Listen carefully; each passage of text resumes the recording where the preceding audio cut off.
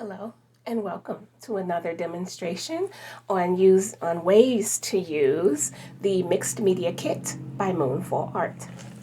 In this demonstration, we're going to be using our kit, of course, and I'm going to be demonstrating how I made this layered collage and this layered collage. Spoiler alert, the focal images, this scribble image is from the kit. But mostly the new thing is I'm going to be showing you how to make this textured neutral background. So let's go. So some of the supplies we're going to be using is cardboard. We're going to be using cardboard today. And a couple other things to make texture with. Some paper doilies, some netting from some sort of fruit vegetable thing, some netting from probably a Halloween decoration, some raffia ribbon, some dried up tape. Don't you hate it when tape dries up and then it won't tear off the roll easily? Well, these little annoying pieces are great ways to add texture.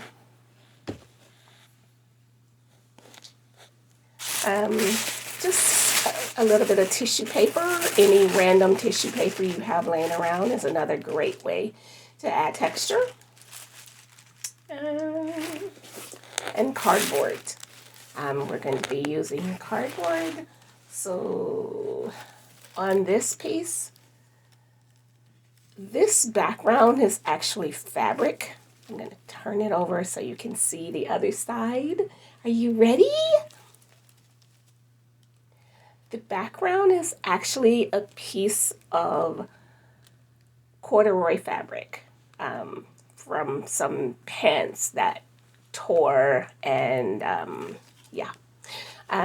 not going to be doing that. We're just going to be working with cardboard today, but this technique works equally well on fabric. So we're going to be using cardboard as our background today. So move some of this out of the way.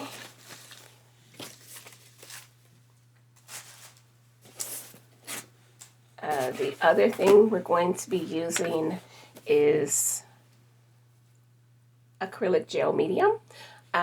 For this process, you're going to need something thicker than white glue, preferably something thicker than white glue.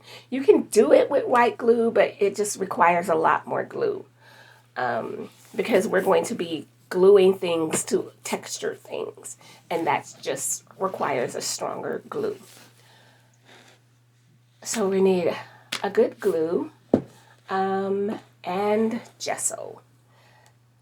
This is my recycled container of gesso, but I buy gesso generally by the half gallon, and that's just too much to have on my desk, so I put it in something smaller.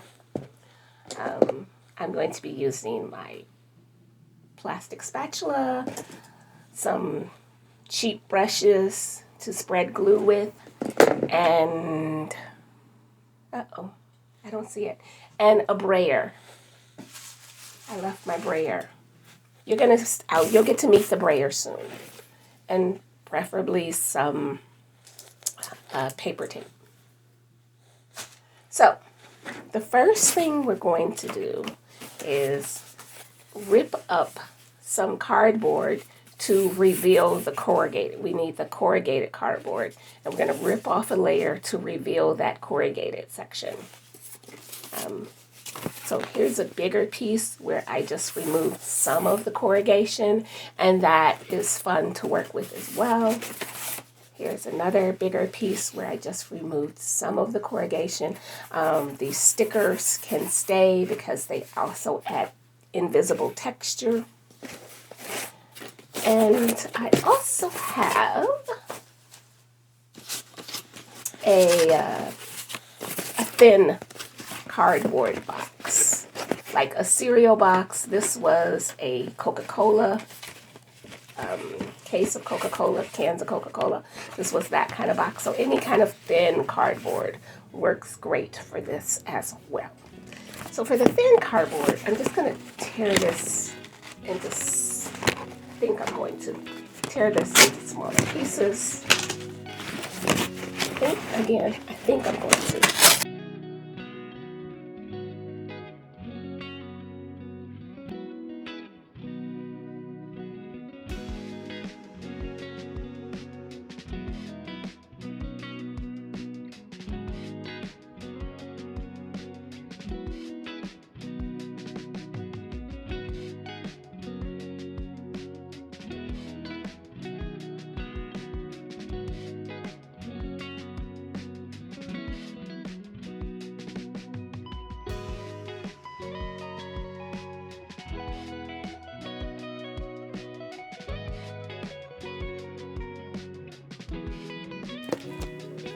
What we're going to do next is add gesso to them.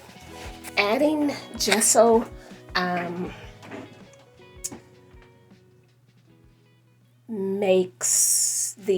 it seals the cardboard so that when we add paint later, the paint doesn't just keep seeping into the cardboard.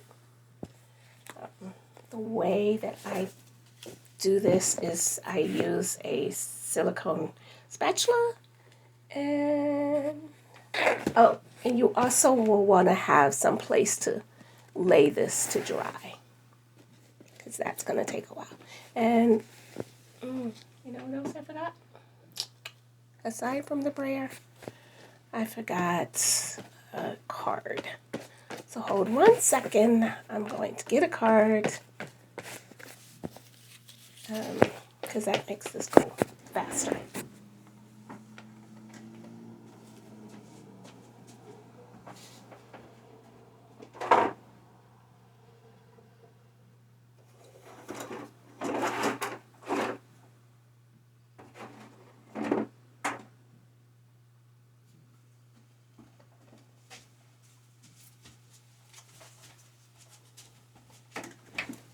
Okay, here's an old gift card, and yeah, that over.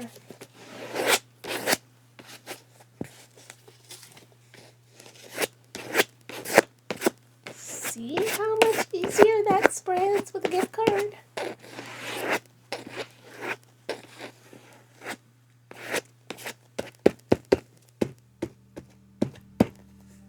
This is also a good time to use your corrugation back to add some texture to that surface. And then we're just going to let that dry.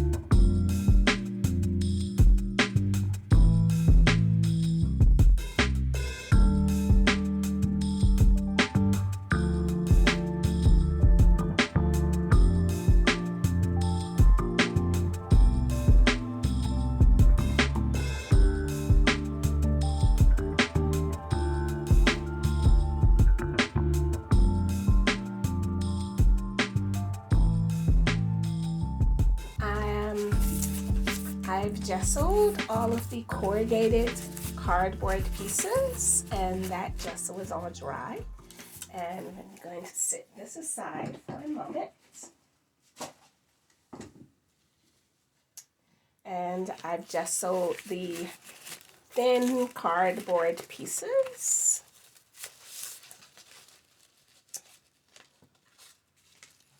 And I gessoed some of the thinner cardboard pieces as well. I may or may not use them, but you know, better to have them than not need them. Oh, wait, here's another piece. Okay, so the next thing we're going to do is add more texture to these pieces, because for the most part they're pretty smooth right now, and smooth is not what we're going for here. So I have, and then after I add some texture, where I'm going to add some neutral colored paints. Okay, so like the teal and the dark blue, and these are all craft paints. The teal and the dark blue do not generally fall into the category of neutral, but they will. You'll see. And then we have a metallic espresso, which is a metallic brown, and a gray, a white pearl, and a golden brown, and a gray, and a worn penny. I love worn penny. It's such a pretty color. So we're going to set those over there for a while. I'm going to bring these, and we're going to bring our palette, and I need this.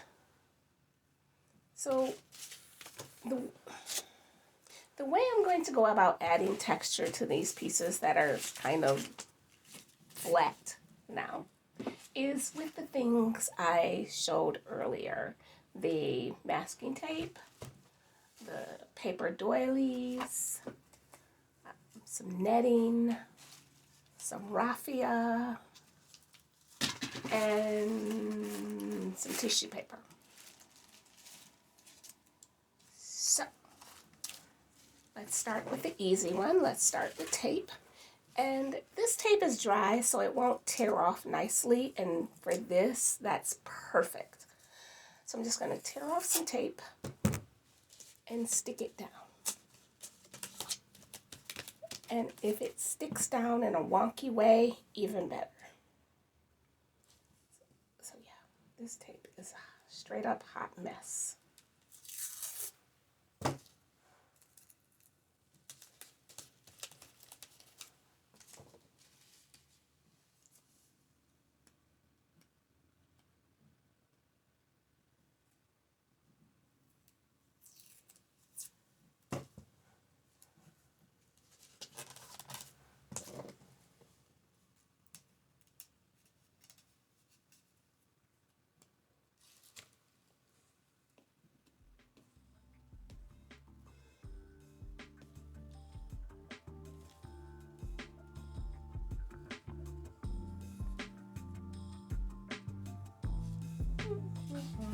Let's try this part out here.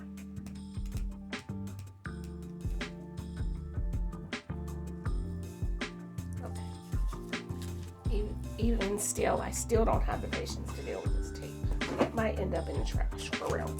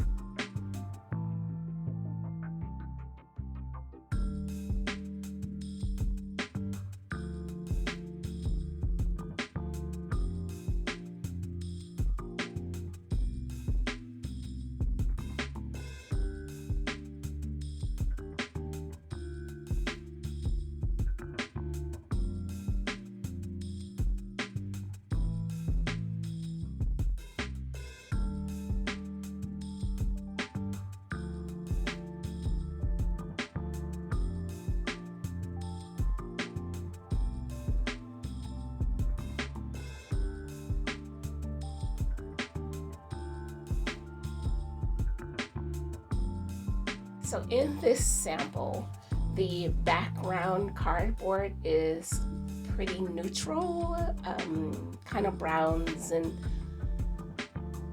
grays and browns, and mostly browns in this particular piece. But if you are the type of person where neutrals are not your favorite place, that's okay.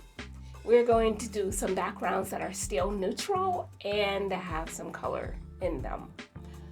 So let's move this over just a little bit. Let's bring a clean palette. So let's start with gray.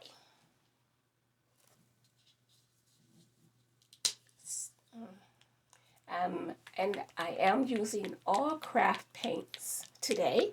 One of the cool things about craft paints is that they're mostly translucent. You can see through them. And for things like that, like this, I mean, that is an awesome thing. So I've got a cheap chip brush. I've got a foam brush. I've got a spatula and a smaller cheap brush. Let's go with the bigger one for this. I'm just gonna get some paint on this brush, and I'm just gonna paint it on. Easy peasy.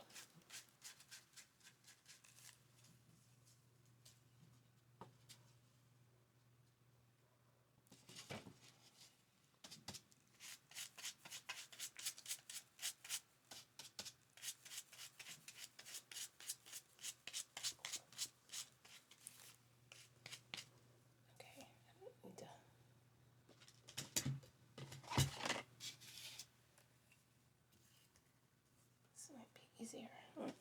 Let's grab some paper towels.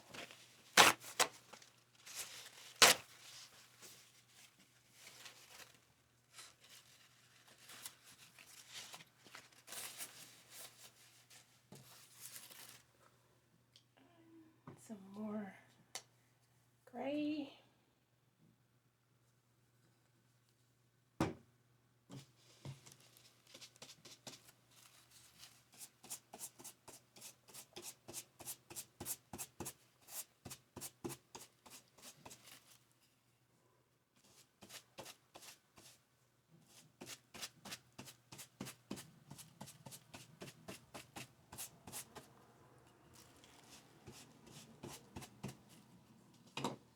And voila. Now we have a piece of gray that actually has some texture, and it's okay. You know, it's all right. But if we add a little bit of bling,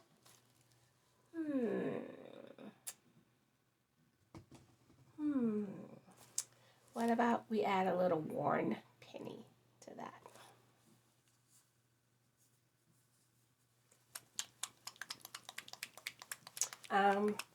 Whenever you're working with metallics, regardless of if they're craft paint or artist grade paints, you always want to shake metallics because the metallic tends to settle to the bottom. And do this the other way so you can see. I'm going to add a little bit of that worn penny directly to the gray.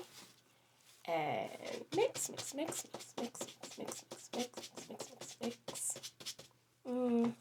add a little more.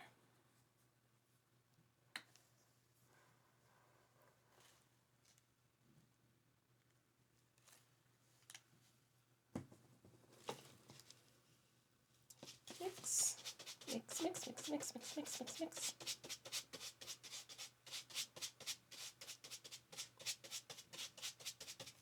See, isn't that prettier? already. And now we're just going to add some of that to the top.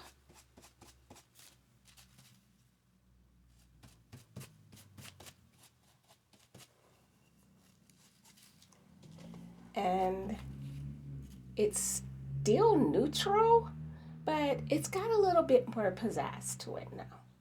So we're going to lay this over here to dry.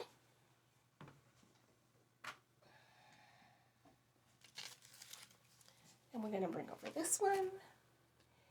And we're going to add even more copper to that gray.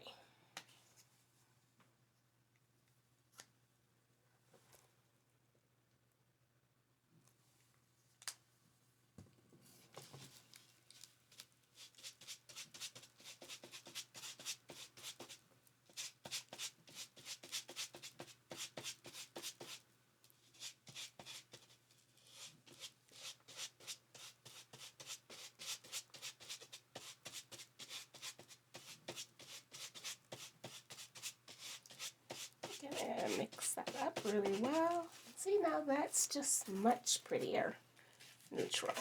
And we're just going to brush that on. And what if we decide to add a little peacock teal to the mix?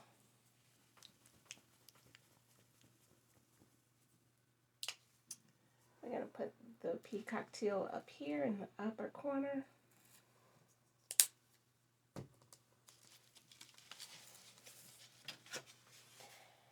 And I'm just going to spread that out a little, get some of that neutral mixed in with the peacock teal. And now I'm going to add that teal to over here to the other side.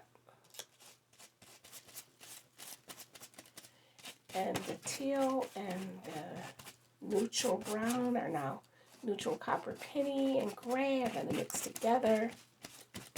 And that's just much prettier.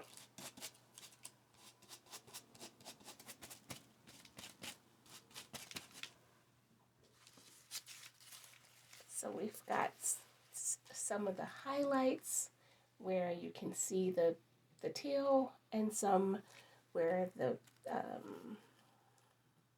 where it's not as prominent. So that's pretty. I'm gonna let that sit over there to dry.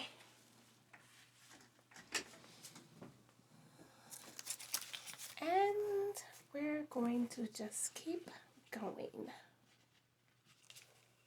So what if we want this one to be even more teal? Just going to add a little teal to that neutral.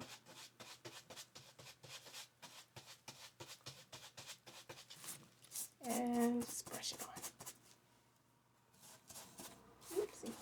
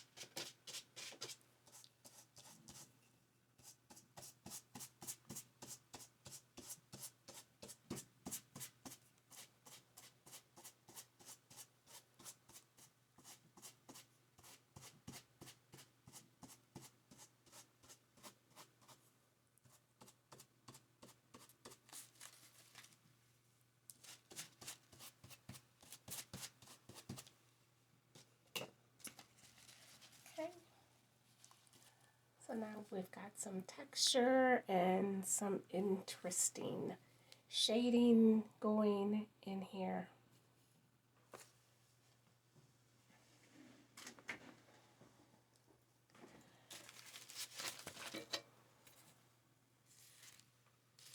So now we have this bigger piece, which has even more going on.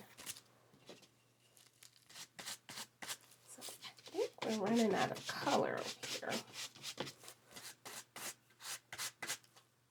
Yep, we are. Okay, so we're gonna add some more. Let's start with adding some more gray.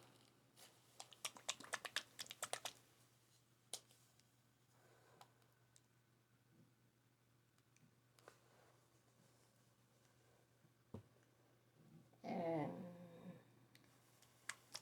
some more worn penny in the middle. And what if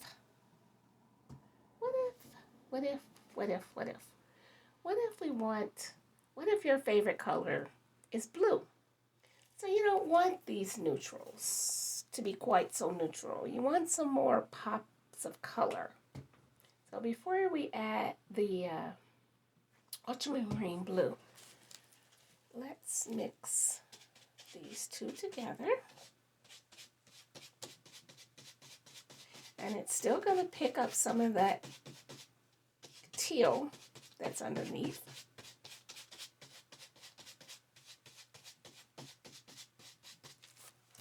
And let's add some in places.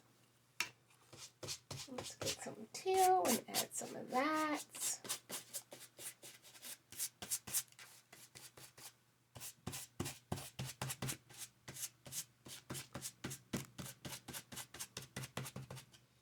And now,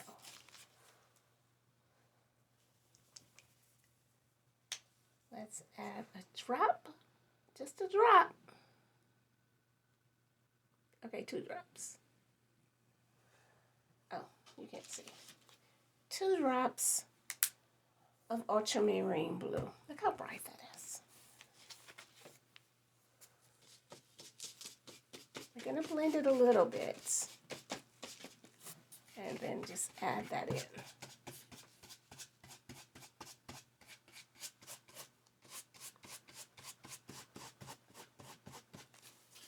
Oops.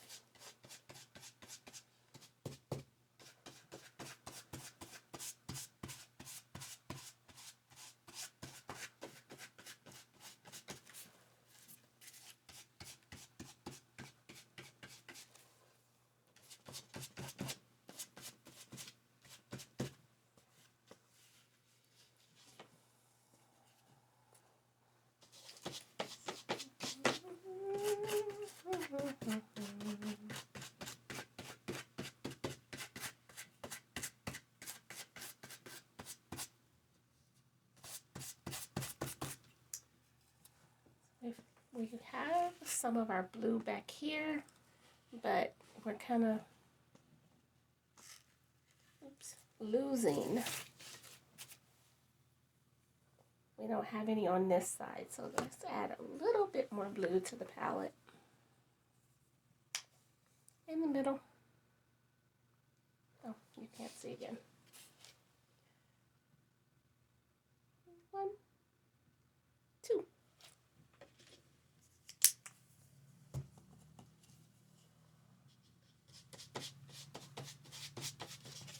And I'm going to kind of just blend it in with the colors that are already there. Because we want some color, but we still want, the objective is for this to be a background piece. These pieces are not foreground pieces. They're background pieces. So we want some color, but we want the color to be subtle enough that the background stays in the background.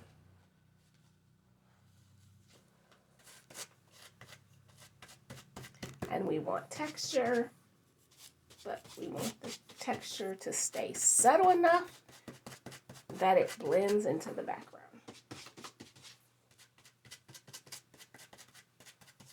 Oops, I lost some of the blue. There's some blue black. Blue back.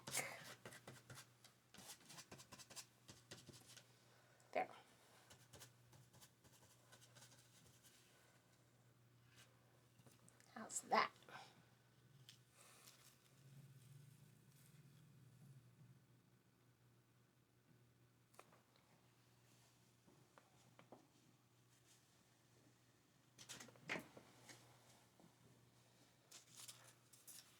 And here's another piece with the netting and the paper doily over here.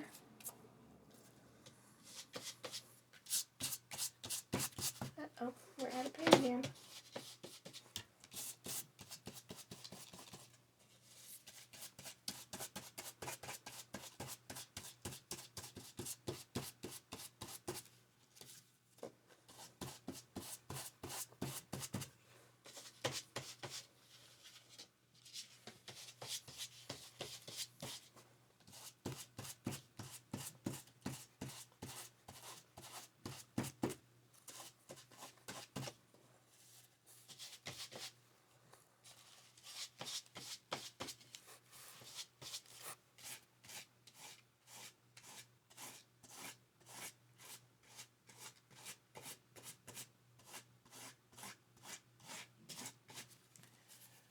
Sometimes we can just dry brush over top of our texture and get very little color.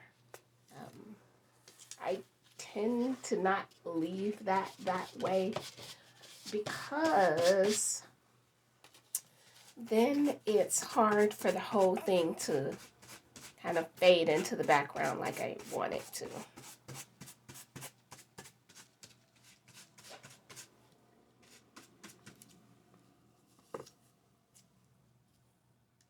But sometimes so this time I'm going to leave it like this because the advantage to leaving some white space is that if I want to add something to the foreground that, like if I need to add another color, there's a lot of space over here for me to shift the color out of this teal or from this teal and gray to something else. So that's one advantage to kind of leaving some white space for these pieces, which are ultimately gonna be background pieces. Let me just get some of this brown. There's a little too much brown over here.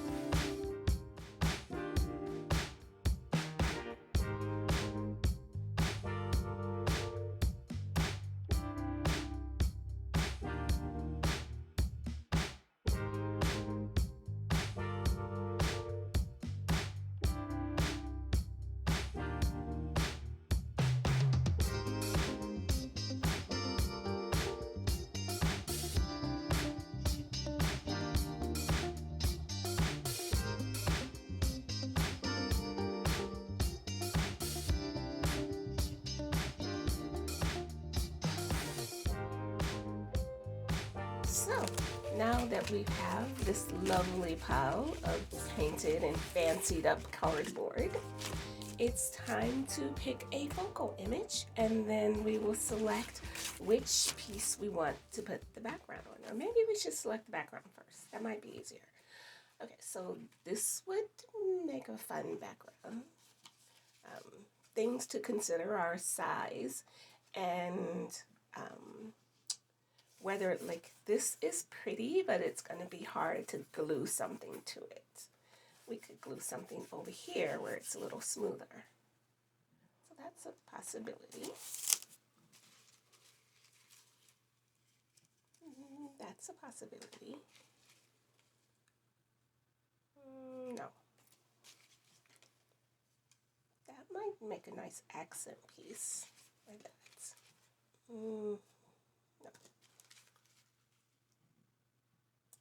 That's a little too something.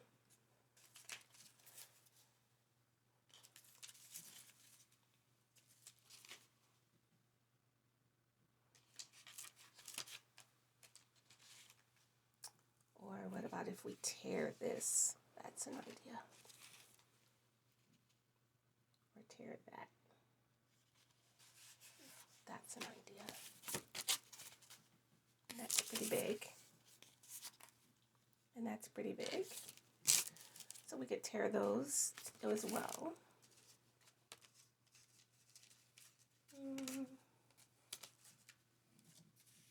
Oh, this would be a good one, please, because there's some texture over here and some smooth parts over here.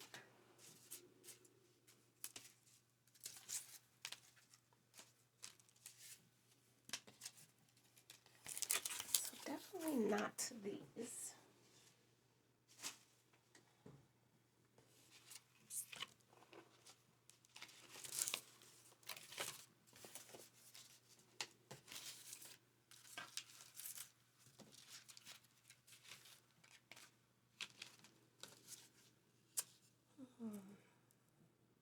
This one might be my favorite.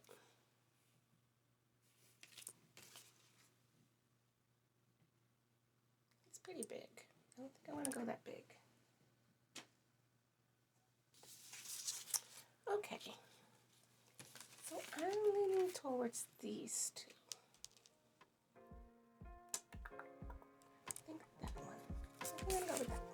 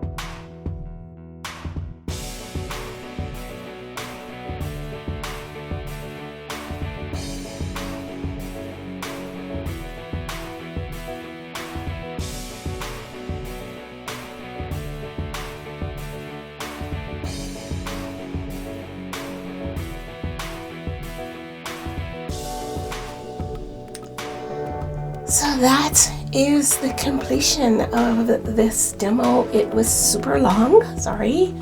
And what would I do with this next? I would probably also put this in a bigger frame along with a mat, and it would be beautiful just framed in that way. So thank you for watching. I will see you again soon. Have a great day.